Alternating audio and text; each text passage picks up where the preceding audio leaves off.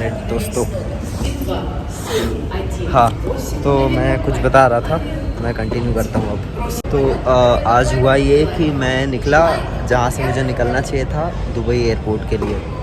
सुबह 11:30 बजे की फ़्लाइट है, ठीक है, जैसा कि आप देख सकते हो। अब इसमें प्रॉब्लम ये हो गई कि मैं निकलने में मैं मेरे टाइम से निकला था और यहाँ की जो नॉर्मल बसेस होती हैं, टूरिस्ट बसेस, उनसे निकला था।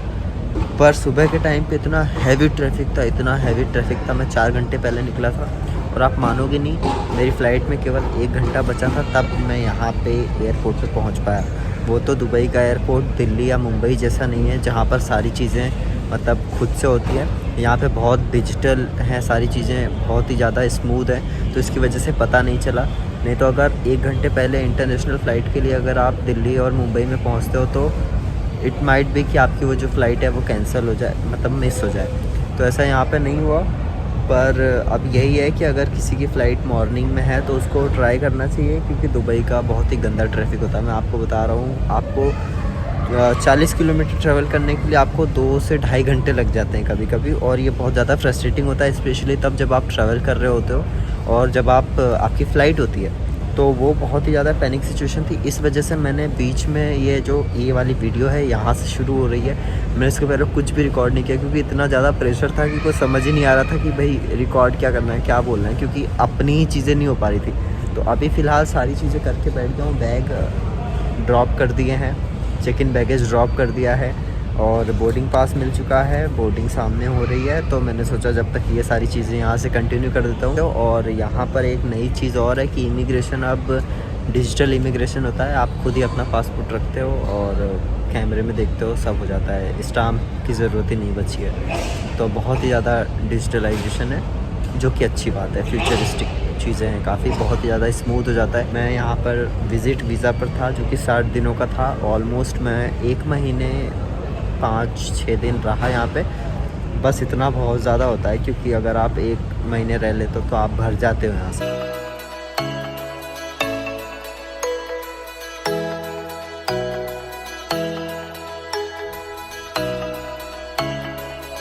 बोर्डिंग स्टार्ट हो गई है।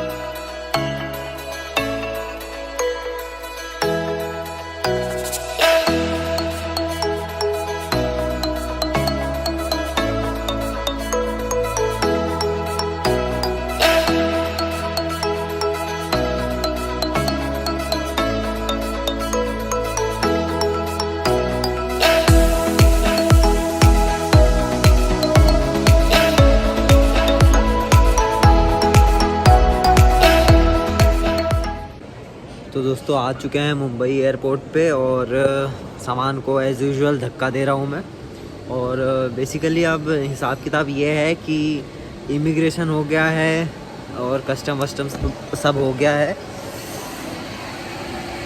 अब फ़िलहाल जो बचा है वो ये है कि यहाँ से लोकल जो फ़्लाइट है वो इंदौर के लिए है, और वो फ़्लाइट में अभी बहुत मतलब 5 घंटे का टाइम है।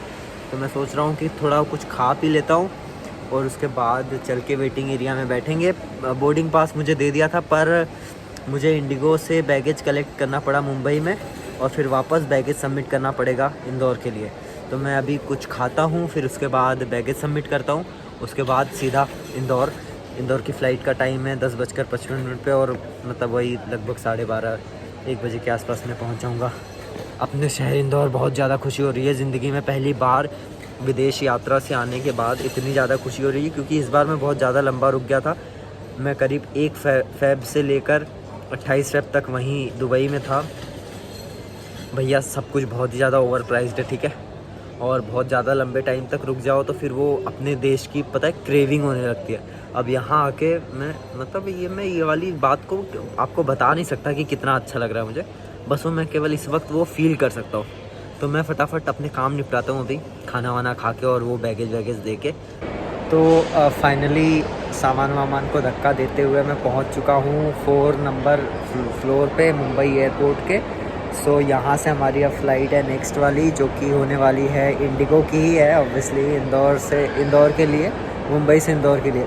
बड़ा अच्छा सा मौसम हो रखा है, काफ़ी ज़्यादा टाइम था, तो मैं क्या नीचे वाले फ्लोर पे खाना ढूंढ रहा था। मैंने आपको बताया था कि खाना वाना खाता हूँ, तो खाना वाना तो नहीं खाया, पर चाय ज़रूर पी, वो भी CISF के SI ने पिला दी, क्योंकि उनसे हमारी बातचीत होने लगी तो फिर थोड़े क्या ऐसे जान पहचान हो गई। तो बहुत देर तक, घंटों तक बात करी, कम से कम 1-1.5 घंटे पूरा हिसाब किताब, पूरा परिचय, बहुत सारी बातें हुई। तो 1-1.5 घंटे बात करी, उनके साथ चाय पी। अब मैं आ गया हूँ 4th वाले फ्लोर पे, जैसा मैंने आपको बताया। अब यहाँ से करता हूँ चेक इन, क्योंकि इंडिगो को इस बार वापस से चेक इन करना पड़ेगा। सबसे अच्छी बात यह है कि इस वक्त मौसम बड़ा सही हो रहा है, सनसेट का टाइम हो रहा है। इस वक्त टाइम 6:11 हो रहे हैं और बहुत सुंदर लग रहा है। आप इधर से देखो, सब दिख रहा है सुंदर सुंदर। और मैं इधर थोड़ा सा आ गया हूँ साइड में वीडियो बनाने के लिए। तो ये है सारा हिसाब किताब, सामान ऐसा पीछे रख दिया है मैंने। और बाकी इधर कोपचे में आके मैंने सोचा थोड़ा वीडियो बना लेते हैं, ताकि आप लोगों को भी जो इन्फॉर्मेशन है वो मिलती रहे। बड़ा सही रहा ये वाला ट्रिप। पर आगे कुछ अगर नया मिलता है तो आपको बताता हूँ। अगर आपका इस कुछ भी डाउट होता है तो आप, मैं बार बार बोल रहा हूँ कि पूछ लेना।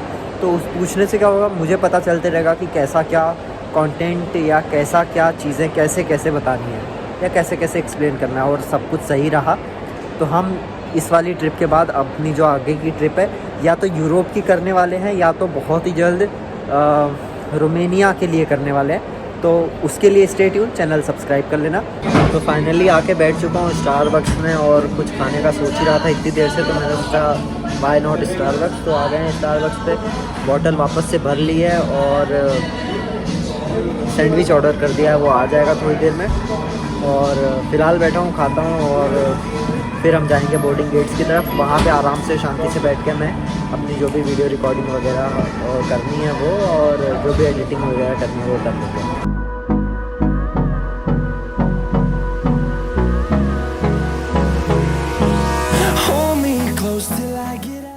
तो खाना पीना हो गया है और अब फ़िलहाल अब गेट्स की तरफ जा रहा हूँ फाइनली, क्योंकि अब टाइम 1.5 घंटा ही बचा है। तो जाता हूँ फटाफट, क्योंकि अब टाइम बचा है 1.5 घंटे का। और बोर्डिंग गेट 87A है। तो वही अब चलते हैं इंदौर के लिए। धीरे धीरे आगे बढ़ रहे हैं। तो अच्छा लग रहा है। एयरपोर्ट काफ़ी खाली है, काफ़ी यानी काफ़ी खाली है, कोई है ही नहीं। मुंबई का सुंदर सा एयरपोर्ट। और थोड़ा सा वेट करता हूँ यहाँ पे। आपको कुछ बता देता हूँ कि जो लोग वीडियोस देख रहे हैं उनसे ये बोल रहा हूँ मैं कि अगर बड़ी वीडियोस देखने का टाइम नहीं मिल पा रहा है तो मैं शॉर्ट्स भी डाल रहा हूँ अभी। छोटी इन्फॉर्मेशन है उसमें, एयरपोर्ट से, फ़्लाइट से रिलेटेड। तो वो आप लोग एक बार चेकआउट ज़रूर कर लेना। इसी चैनल पे आपको मिल जाएगी शॉर्ट्स वाले सेक्शन में जाके। तो चेक करना और बताना कैसी लग रही है। तो गाइज़ फ़िलहाल बिल्कुल फैल चुका हूँ मैं मुंबई एयरपोर्ट पे वेटिंग एरिया में, क्योंकि भैया मैं एक तो सोया नहीं हूँ कल से, ठीक है, डाइट नहीं हो पाई है, और बुरी बात है जो कि, और ट्रैवलिंग फ्लाइंग बहुत ज़्यादा टायरिंग हो गया है। फ़िलहाल बोलने की बिल्कुल भी हिम्मत नहीं हो रही है, पर बताना पड़ रहा है। जहाँ मैं बैठा हूँ उधर कोई भी नहीं है, खाली है पूरा सिस्टम। तो अच्छा लग रहा है, सुकून है। बाकी ये वाली जो जहाँ मैं बैठा हूँ और जो वेटिंग एरिया है बड़ा सुंदर है कसम से, और मज़ा ही आ जाता है इसको देख के। मतलब मैं बता रहा हूँ कि अपना इंडिया भी कम नहीं है किसी भी मामले में। स्पेशली मुंबई और दिल्ली एयरपोर्ट दुनिया के वन ऑफ द मोस्ट जाने माने एयरपोर्ट में से आने लगे, जो कि हमारे लिए बड़े गर्व की बात है। हम जैसे ट्रैवलर्स के लिए जो आधा से ज़्यादातर अपना जो वक्त है वो एयरपोर्ट पे बिताते हैं, तो ऐसे लोगों के लिए बड़ा सुकून वाली जगह हो जाती है ये, जब आपको ऐसी चीज़ें मिलती हैं, इतनी सारी फैसिलिटीज़। और वाकई में अडानी काफ़ी अच्छा काम कर रहे हैं, तो हम सब। तो ये है सारा हिसाब किताब। बाकी फ़्लाइट में अभी टाइम है, इस वक्त टाइम हो रहा है 7:52 और फ़्लाइट का टाइम है 9:55, ठीक है।